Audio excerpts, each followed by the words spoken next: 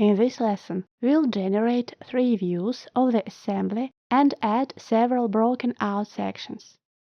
Let's create the Wise assembly drawing.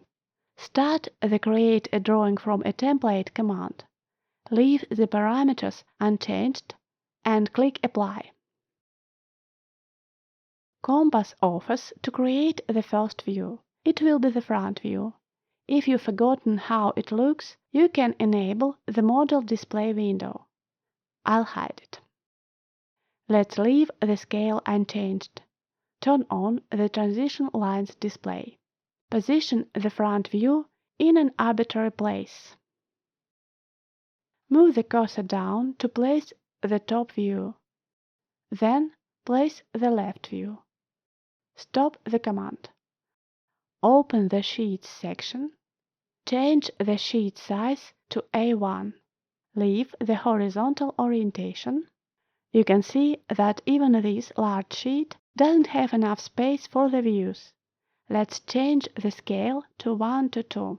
Select all the views while holding the Control key and find the necessary scale in the context menu. Place the views inside the sheet. Notice that the views have projection links. This is why all the views move when you move the front view. It's okay? In the title block, the information about the assembly's name, designation and scale has appeared. Let's fit the entire sheet to the screen. I'll press Escape to deselect the front view. Now we'll add a broken out section to display this central part. For this, we need to activate this view. Now the left view is active. You can define this by the blue color of its lines. Double-click somewhere in the front view to make it active. Start the Spline by Vertices command to create the contour for the broken out section. Create a contour like this. Hold down the Alt key to avoid snaps. It's important to check the Close Curve option to close the contour. Confirm and stop the command. Start the Broken Out section command in the Views panel. Select the line that we've just created. Now we need to define the cutting plane in one of the views. Let's place it at the center of the top view. We've got the broken out section in the front view. Let's exclude some components from cutting. Select any screws element and click Do Not Cut in the context panel. Repeat the same for the fork. Rebuild the drawing. We'll add another broken out section to show the screws below the vise. To find these screws in the front view, we'll unhide the hidden lines. Rebuild. Now we can see all the hidden screws in the front view. Create a new spline. Hold down the Alt key to disable the snaps. Check Close Curve. Confirm, but don't stop the command. Add the next contour for the moving jaw screw.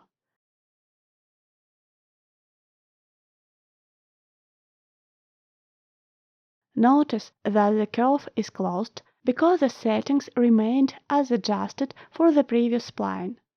You can correct the spline if needed. Switch to the Edit position and move the points. Confirm and stop the command.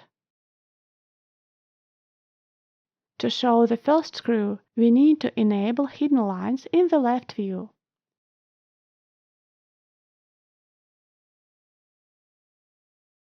Start the Broken Out section command.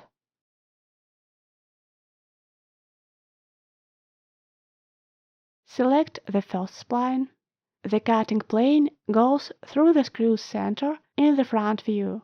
Start the Broken Out section command again. You can press F4 to start the last used command. Select the spline. Locate the cutting plane.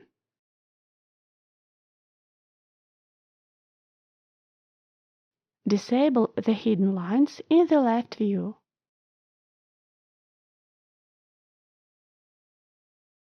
Exclude the screws from the cutting.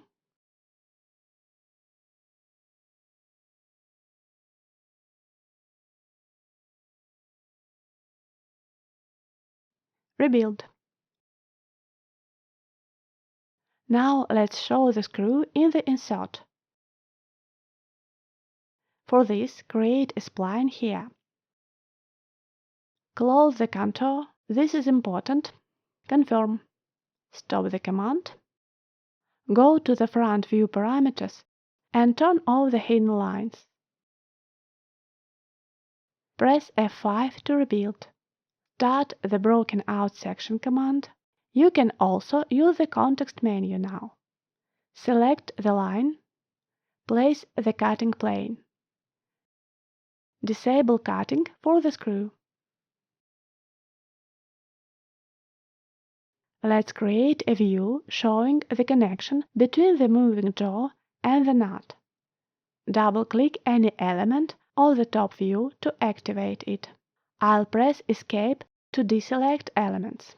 Start the Cut Section Line command.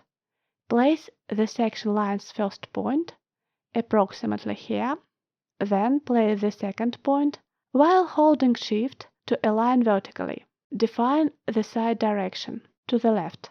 Move the cursor and click at the desired position. The system offers to create a new view. The projection link is active, so we can't place the view at any arbitrary place. We can disable this link. Place the section view. I need to rotate it. Go to the view parameters. Set the rotation angle to -90. Confirm and rebuild. I need to move it slightly and to place the view name above the view. This view shows the screws connecting the insert and the moving jaw. Now we can add dimensions. I'll add just a few for demonstration. If you want, you can practice yourself. The dimension functionality was covered in detail in our Quick Start courses. Save the drawing.